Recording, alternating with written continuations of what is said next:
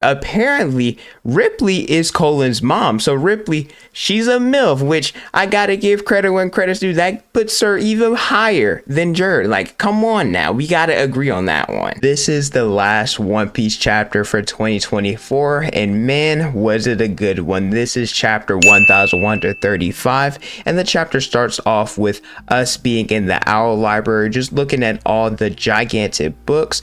And there is an owl that has been around for hundreds of years. And this makes me wonder if he has some relationship to Zanisha and other animals that we see in this series that have been around for a long time. Maybe since they said hundreds of years, this individual whose name is Bibila, who is the head librarian of the owl library. I wonder if he was around during Joy Boy's era, and he is the reason why the different books are able to be gigantified. And Lilith mentioned that he must have eaten the river fruit and became a nurturing owl. We also found out the reason why the kingdom of Elbaf doesn't necessarily know about the world is because since they aren't affiliated with the world government, the news coups don't make it out to Elbaf. So whenever different fishermen gain access to different newspapers, that's how they're able to gain some knowledge about the world. Looking at Luffy and his group, they're playing with the different kids. I mean, the kids,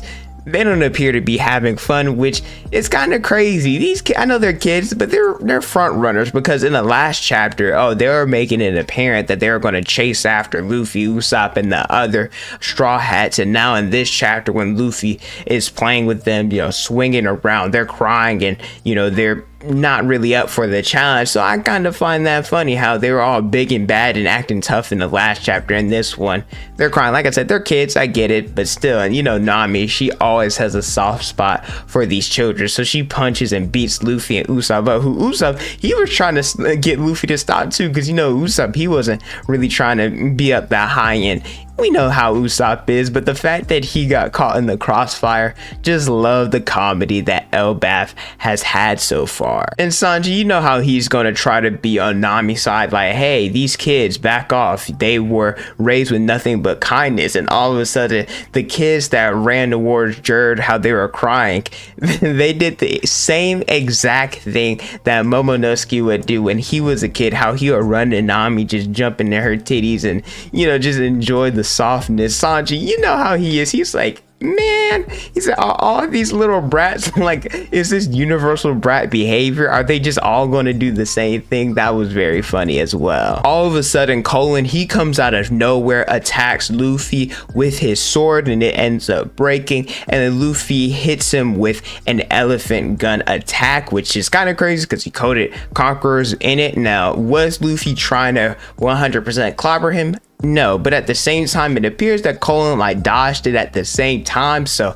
I don't know if we're going to count that as a dodge, but if we do, it was pretty impressive that he was able to dodge a Gear 3rd hockey coded attack. And the other kid giants, or the giant children, they call Colon the delinquent of everybody, because obviously he wants to be a warrior, he wants to be a pirate, and he is the only person that has a little bit of balls that still wants to be a warrior even in this peaceful time. And obviously Colon did this in order to see if Luffy was truly worthy of being an emperor of the sea. To where this is probably the most shocking part of the chapter. Apparently Ripley is Colon's mom. So Ripley, she's a MILF, which I gotta give credit when credit's due. That puts her even higher than Jerd. Like, come on now, we gotta agree on that one. And similar to Big Mom, yes, we know that she isn't officially a giant. We know she's something, but she's not exactly a giant. Ripley ended up marrying a human, and I don't know. It's funny that Sanji was the one that reacted to this, because don't give him any ideas. The fact that you can, have children even though she's a giant and she married a human, which a lot of people are speculating that the person that is Ripley, or that is Colon's father, is Scopper Gabon, because Colon mentioned that he used to be a pirate, which could only imply that he was a part of the older generation, or at least some form form of like Roger, like their generation, especially because the reason why their marriage is a little bit informal is because of the age gap. How giants, they age very slowly compared to humans. He's going to get old, so that's why they decided to have a marriage that's not your standard typical one. But if you guys have made it this far into the video and you're enjoying the content, let me know by leaving a like, subscribing to the channel, and hitting the notification bell so you guys never miss out on a new video. I pump out different One Piece content almost each and every day. It's about to be feast time, and different Straw Hats, they're going to remain in the Owl Library, like Robin and Frankie, which by the way, apparently there's several treasure tree atoms around the world. I thought there was always one, but it's kind of cool to know that there's multiple. Also, as well as Bonnie and Lilith, they are staying in the Owl Library as well. And then Jerd, she's like, hey, before you guys leave, here are some outfits. So the rest of the crew that weren't the original six, or is it five? No, the original six that were captured by Road, they didn't have any Elbaf or their Elbaf fits. And so now we see them. We see Brooke, Frankie, Jinbei, and Robin. I think Robin, she might have the best outfit out of all of the Straw Hats. Now we cut back to I think the community is calling them B-Hanks. I think that's what we call, or Banks. I don't know. Let me know what we should call this fake Shanks in the comments below. But we cut back to those two mysterious individuals, and the woman, she's talking saying, hey, we're looking for someone called Loki. Obviously there are two giants that are there that aren't trying to give this information, because Loki, being the accursed prince, nobody's going to be allowed to see him because of all the shit that he did, killing King Harold and just throwing Elbaf into chaos, where all of a sudden, you know, these giants, at first they're like, oh, nothing happened, but then one of them ends up falling to their knees. And I've seen different people talk about how and I believe they're part of the Holy Knights, so I'm gonna project that and say that these two are individuals, a part of the Holy Knights, because if you look closer, one of them also appears to have a sword, or at least the one that looks like Shanks from this panel.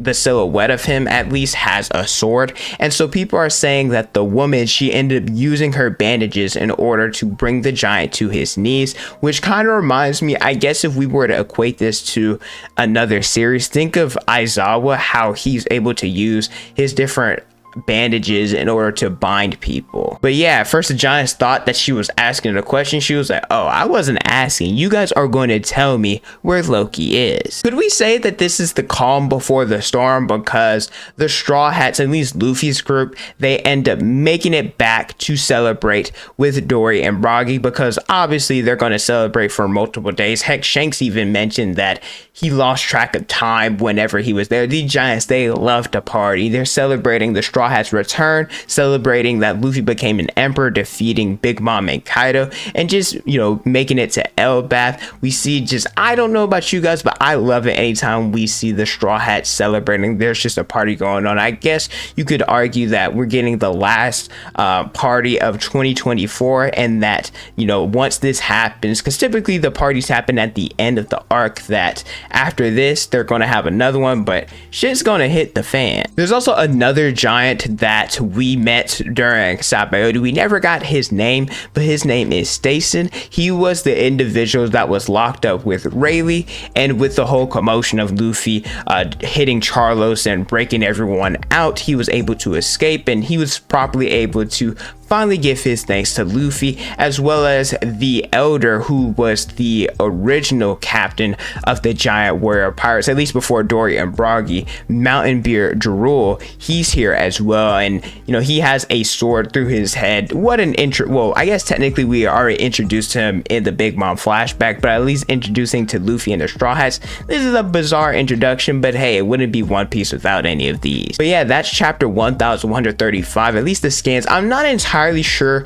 when the chapter, or at least the official chapter, is going to release, because technically this is a little bit early. And if you look at Viz, it says that it's going to release in 5 days, but typically the chapter releases on Sunday, and based off of the math, that would mean the chapter would release officially, I think, on Thursday. So I'm not entirely sure, so the breakdown might be a little bit delayed. But thank you guys so much for watching. Let me know how you guys feel about chapter 1135 in the comment section below. Don't forget to like, comment, and subscribe. Hit the notification bell so you guys never miss out on a new video. Follow me on Instagram, Twitter, and TikTok. It's on the screen and in the description below. Thank you guys so much for watching, and don't forget to unleash your potential.